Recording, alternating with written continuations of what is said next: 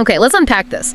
Today, we're looking into some really unsettling real-life stories, stuff you've actually shared with us. Yeah. Okay. And we're trying to pull out, the key insights from these experiences, the kind that really make you question what's possible. It's kind of a shortcut to understanding some pretty strange corners of human experience. And what's so fascinating, I think, is how these stories, they might seem totally unrelated, but they give us this glimpse, right, into moments where, like, normal life just stops. Yeah, just flip. And people are forced to confront, well, not just fear, but the completely unknown. We're going to look for the pattern, see what comes up when reality feels, well, wrong. Okay, let's start with one that really hits that isolation theme. And the idea of an unseen threat. This is about Uncle Jimmy. Right. Back in the mid-'80s, he went seriously off-grid, like way beyond where his family already lived, which was pretty rural. Found this little cabin, deep in the woods, no power, no running water. Well, proper isolation.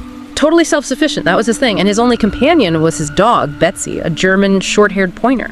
And when we talk about that kind of extreme isolation, psychologically, it strips away all your usual safety nets, doesn't it? Absolutely. Your social connections, immediate help, it's all gone. So even something small can feel huge because there's nobody there to say, oh yeah, that happened to me, or let's call someone. Yeah, no backup. It can really amplify fear. You start feeling powerless, like you've lost control over what's happening around you. And that's pretty much what kicked off. One evening, Betsy's been outside maybe half an hour. Suddenly, Jimmy hears this scream. Just pure terror and agony, he said. Oh, awful. From the dog. From Betsy, yeah. She comes limping back to the cabin. She's covered in blood. And he said the look on her face was just begging for help. Oh, man. He finds this large, deep knife wound stretching right across the back of her left leg. A knife wound. Out there. Yeah. And remember, they're like over an hour's drive from the next person's house. So who did this or what did this? It was deeply unsettling. Well, exactly. A wound like that, so specific, so human almost in its implication. In that remote setting, it instantly turns that peaceful isolation into something terrifying. It's not just an injury, it's this huge, scary question mark hanging over him. And it just got worse. About a week later, he's outside, and he sees this silhouette behind a tree. Looked like a really big man, he said. Just watching Betsy. Staring at her. Just the dog, not him. Just the dog, intently. Then that night, he wakes up, light tapping on his bedroom window. Oh, no. He peeks through a tiny gap in the curtains. There's moonlight, and he sees an eye. Just an eye, staring into his bedroom. Staring at Betsy. Same way the figure in the woods was watching her. And this goes on for hours, he said. The eye just fixed on the dog, never stopped looking. That is incredibly disturbing. The focus on the animal, the silent watching. Mm-hmm. What's the motive there? Yeah. It feels almost predatory, but in such a strange, specific way. It's like psychological warfare, turning his own home, his safe space, against him. And then came the climax. A night or two later, he's jolted awake by this loud banging on the front door, like someone was absolutely desperate to get in. Okay, terrorist. He grabs a shotgun, yells out, get off my property. I've got a shotgun. I will shoot. Standard warning. Right. The banging stops for maybe a few seconds. Then it starts again, but even harder, shaking the whole door frame. And then, snap, the wood breaks. A hand reaches through the hole. Oh my God. So Jimmy shoots. The hand pulls back fast. Gone. He opens the door eventually. Blood everywhere, all over the door. Yeah. And this thick trail of blood leading off into the woods. But no person, no body, nothing. Wow. Just the raw terror of that moment. The door breaking, the hand. Right. And then the mystery on top of it. The blood proves something happened, someone was hit, but they just vanish. That absence is almost as scary as the attack itself. Yeah, and think about it. In such a remote place, what can the police even do? He didn't have a phone, so he had to drive like an hour to the nearest market just to call them. Right. Evidence gets cold, trails disappear. Exactly. They followed the blood trail for a bit, but then it just stopped, petered out. They found nothing. Told Jimmy maybe the guy would turn up at a hospital, suggested he stay with family. Sensible advice. But Jimmy, stubborn, he just patched up his door and stayed. Oh, wow. And for weeks after that, he kept hearing things, scratching sounds on the door at night and whispering outside his window, just saying Betsy's name over and over. That is psychological torture. Yeah. Until early January. So this is like 4 months after the attack. He wakes up one morning, goes outside, and there's the man, leaning against one of his porch posts.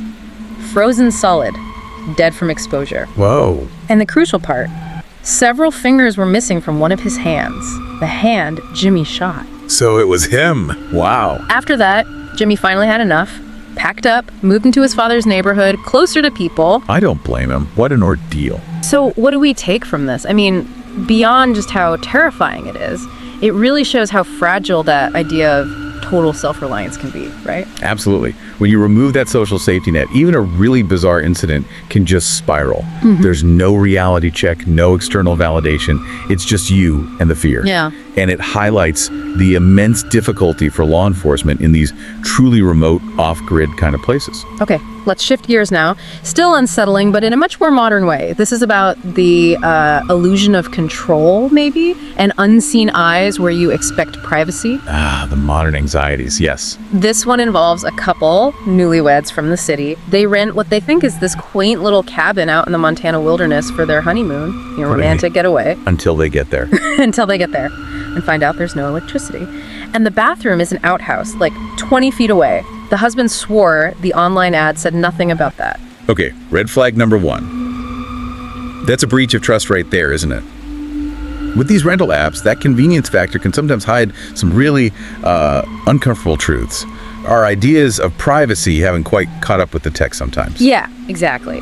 And the first really weird sign, this massive binder on the coffee table labeled rules, like 50 pages thick, super detailed instructions for everything, way over the top for a rental. 50 pages. Wow. They kind of glanced at it, put it down. Literally seconds later, the husband gets a text message from the host. Please make sure to read all the rules. Whoa, okay, that's specific timing. They brush it off. Weird coincidence, maybe, but that feeling, of being watched, it started then. Oh, yeah.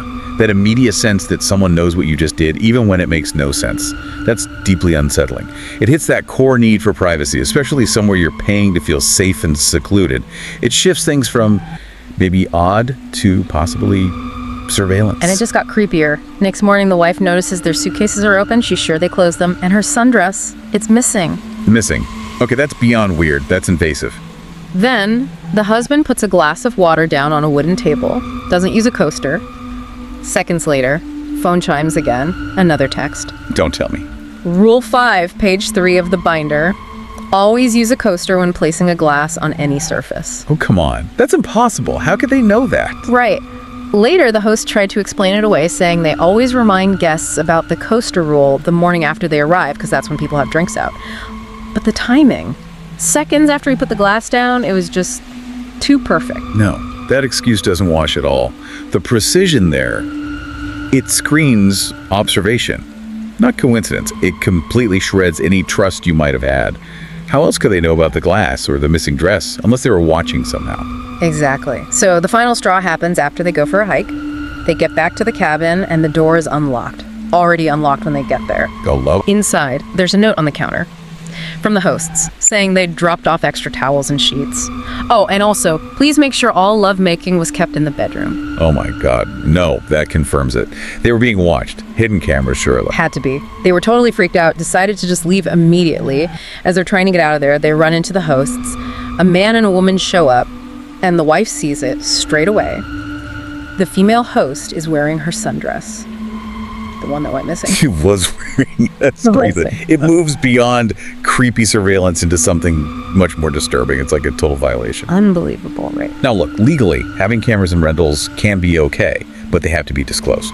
Clearly disclosed. What these hosts did, the texts, the note, wearing the stolen dress, that suggests something way beyond legal surveillance. It's predatory. They filed complaints, of course, with the rental company, with the police. But get this. The host woman somehow produced a receipt for the dress, and the hosts claimed they customarily deleted all footage from their stay. Even weirder, they then provided proof the house did actually have electricity, but claimed it was mistakenly turned off just for their stay. Wait, what? So they're saying there was power, which means cameras could have been running, and then they wiped the footage. That sounds incredibly suspicious. It basically covers their tracks. Makes you think, doesn't it? So the insight here, this isn't just a story about a bad rental experience. It's a really chilling example of how vulnerable we can be in this modern sharing economy. Totally. That convenience of booking online can mask a serious lack of accountability. Your supposed safe space becomes, well, like you're being watched constantly. And often there's very little you can actually do about it legally once that trust is broken so badly. Yeah, it leaves you feeling pretty powerless. Okay, let's completely change gears again. We're moving into territory that's less about a direct threat and more about, well, reality itself feeling wrong. Those moments that just defy logic. Ah, yes, the glitches in the Matrix type stories. These are fascinating because they really challenge our basic assumptions about how the world works, right? What cognitive psychology calls perceptual constancy. Right. Our brain just assumes reality is stable, predictable. When something happens that completely contradicts that, even for a second, it creates this intense dissonance. What you see or experience just doesn't fit your mental model. We've heard some really bizarre examples. Like, imagine you're pulling out of your driveway, you wave hi to your neighbor, say morning, whatever, you put a bag in the car. Then like 30 seconds later, you see your neighbor do the exact same thing again. Same wave, same greeting, word for word. Ooh, deja vu on steroids. Or this one. Two people, late at night, like 2 a.m., they realize the plug for their internet and TV, like the main power strip, is just gone. Vanished, they both count, look everywhere, nothing. Next morning, it's right back where it should be. Plugged in, everything working fine. Okay, that's just weird. Where'd it go? And how about this? A drive that normally takes 90 minutes, a really standard route. One day, it only takes 16 minutes. 16! And the person wasn't alone. Their father was with them and confirmed it. 16 minutes instead of 90. How is that even possible? Well, your brain tries, right? It tries to explain these things away. Simple misremembering, maybe you weren't paying attention. Yeah, you try to rationalize. But when you have multiple witnesses or really specific details that line up, it gets harder to dismiss. It leaves you with this nagging question. Was that just an absolutely freak coincidence, our brain seeing patterns where there are none? Or did we actually just experience something, well, outside the norm? It really makes you doubt your own senses. And sometimes these glitches get even bigger, more complex, like the story of the vanishing circus. Multiple kids, even some adults, see this big red and white striped circus tent pop up over a hill one evening, clear as day. Okay. Next morning, it's gone. Completely vanished. No tracks, no flattened grass, no sign it was ever there. Even the park keeper was baffled, said nothing like that was scheduled or possible. A shared hallucination. Or something else. Or this one from Mongolia. Two friends hiking, way out there. They see what looks like a 5 or 6 story apartment building sticking up above the trees. They know that's impossible, shouldn't be there. A third friend with them can't see it at all. Whoa! Okay, that's really strange. Different perceptions of the same place. Then later, same area, they hear this huge thud from the trees nearby and see this thing, black, bigger than a horse, they said, drops from a tree, runs off on all fours incredibly fast, and just vanishes. Wow. Made them think about the local legends, you know? The Almas, the Mongolian Bigfoot kind of thing. Right, and that connects to the bigger picture, doesn't it? How much we rely on our senses, but also on shared agreement to tell us what's real. Yeah, definitely. When that gets shaken, especially in an unfamiliar place, maybe with local folklore thrown in, it's profoundly disorienting. It forces you to confront the limits of your own perception and how easily suggestion or expectation might shape what you think you see. So, what's the takeaway from these glitch stories? They're not necessarily scary in the same way as being chased or watched, but they leave you with this deep unease, don't they? Absolutely. It makes you question your memory, your sanity maybe, even the basic rules of reality. It's a reminder that our grip on normal might be a lot looser than we like to think. Yeah, it's unsettling on a really fundamental level. Okay, finally, let's move to our last category. This one's more somber. It's about tragedies where the truth just feels out of reach, leaving behind big questions and a lot of suspicion. Yeah, the unresolved cases. The human brain craves closure, especially after a death. When the facts are murky, or the official story doesn't quite add up, it's incredibly painful. It allows for competing narratives to take hold, keeping that wound open. And that brings us to the story of Bob Casilli. He was this pretty eccentric guy, but also a really successful entrepreneur in St. Louis. His big passion project was something called Cement Land. Right, I've heard of this, like a giant brutalist art park almost. Exactly, kind of an industrial playground built in an old cement factory. Anyway, in 2011, he's found dead there. He's slumped over in the cab of a bulldozer. It had apparently rolled down a steep slope, landed on its side. He was covered in blood. Oh. The official ruling was an accident, died from the injuries, crushed ribs, severe head trauma from the crash. Okay, so on the surface, given the scene, Bulldozer, slope, injuries, an accident seems like a straightforward explanation. That's what they ruled. Bob's widow, Giovanna Caselli, she never bought it. She was insistent. Her husband was murdered, and the whole scene was staged to look like an accident. Okay, so she had doubts from the start. What was her reasoning? She pointed to a few things. First, a physician looked at the autopsy report and said the injuries seemed way too severe for just rolling over in a bulldozer cab. Specifically, Bob had several broken bones in both his hands. Defensive wounds? Textbook defensive injuries, the physician said, like he fought someone off. Also, lacerations on his head that didn't really match hitting things inside the cab during a fall, and his ribs were broken on both sides of his body, which is hard to explain with a single impact from one side. Bilateral rib fractures. That is unusual for a simple rollover impact. And the defensive wounds. Plus, there was apparently very little damage to the roof of the bulldozer cab itself. And critically, investigators found a large blood stain outside the bulldozer, on the ground beside it. Outside? How did the police explain that? They apparently suggested the blood could have just dripped out of the broken cab, but Giovanna argued that totally contradicted the angle Bob's body was found in inside the cab. Right, the physics of it might not match up. This is where those small forensic details start to paint a very different picture, isn't it? They cast serious doubt on the simple accident narrative. And there's more context. Bob was known for being extremely safety conscious. Friends said he'd never operate heavy machinery like that without following all the protocols, including wearing a seatbelt. But the police? Police report apparently said he wasn't wearing one. Also, when a neighbor went to check on Bob because he hadn't picked up his kids, the neighbor found the main gate to Cementland padlocked. Bob never locked the gate when he was working there. Never. Okay, the seatbelt, the locked gate. Those are significant anomalies. Suggest things weren't normal that day. And then there's this. Just weeks before he died, Bob had been violently assaulted at Cementland. Masked men attacked him, beat him up pretty badly, stole some power tools. He never reported it to the police. Wow. Okay, that adds a whole other layer. A previous violent attack at the same location. Yeah. That he kept quiet about. That's highly relevant. And then you have to look at potential motives, right? Bob had a business partner, David Jump. They co-own the very successful St. Louis City Museum, 50-50. Okay. With Bob's death, David Jump became the sole recipient of all the profits from that museum. It's reported that Jump later paid a, quote, generous out-of-court settlement to Bob's family. A financial motive and a settlement. Yet, despite all this, and despite the St. Louis Police Department having faced criticism for, let's say, perceived incompetence in other cases, David Jump was reportedly never considered a suspect. That does raise a question, doesn't it? When you have all these inconsistencies, the widow's strong belief it was murder, the forensic questions, the prior assault, the potential financial motive, and authorities seem to dismiss it or not pursue certain angles. Does that point to negligence or something else? It's hard to know. And it gets even more complicated because not everyone in the family agrees.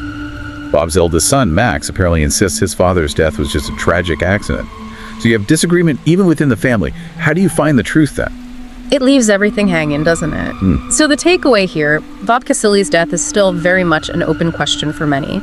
It's a really chilling reminder that even with an official ruling, some tragedies just linger. They haunt. It leaves you wondering if justice was really done, or if maybe the circumstances were just too messy, too ambiguous for a clear answer. Or perhaps, if it was murder, the people involved just did a very good job covering it up, leaving that permanent shadow of doubt. A deeply unsettling thought. Okay, so that's quite a journey we've taken. From, that raw terror out in the woods to the creepy feeling of being watched in your vacation rental. The modern privacy fears. Then those really weird moments where reality just seems to flicker. The glitches. Right down to these heavy, unresolved tragedies like Bob Caselli's death, with all the suspicion involved. And if you connect it all, the common thread seems to be this challenge to our sense of safety, our perception of reality, and maybe our trust in explanations. Yeah. These stories aren't just scary tales. They force us to think about how vulnerable we are, how easily our world can be tilted off axis. They show that sometimes the most unsettling things are the ones we just can't fully explain, or where the answers stay hidden. We have to constantly question what we think we know. Definitely makes you look twice, doesn't it, at that quiet cabin or that rental listing. Or even just when something feels a little bit off for a second. It really does make you wonder. It really does. And it leaves us with a big question, I think. How do you navigate a world where those lines between safe and dangerous, known and unknown, real and maybe not real can blur so easily? especially when you can't always trust your own perception. Something to think about. Well, thank you for joining us for this exploration. Hope you found it insightful. Stay curious, keep questioning things, and keep an eye out for those strange details and unexpected places. Until next time, hope you feel a bit more informed and maybe just a little more aware of the weird world around us.